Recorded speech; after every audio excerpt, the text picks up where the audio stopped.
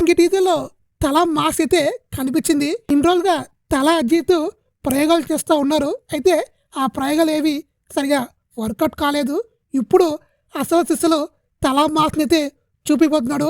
ఈసారి hit confirm. దీన్ని మైత్రి movie makers వాళ్ళు తీస్తున్నారు. ఇంకా మైత్రి మూవీ మేకర్స్ అంటేనే పుష్పతో వాళ్ళు తగ్గేదేలే అని చెప్పేసి మొత్తం ప్రపంచాన్ని షేక్ చేస్తారు.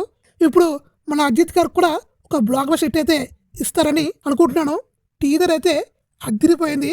మన ఈ సినిమాలో వింటేజ్ అజిత్ కూడా చూడొచ్చు. ఆ రెండు లుక్లో చాలా బాగున్నాడు.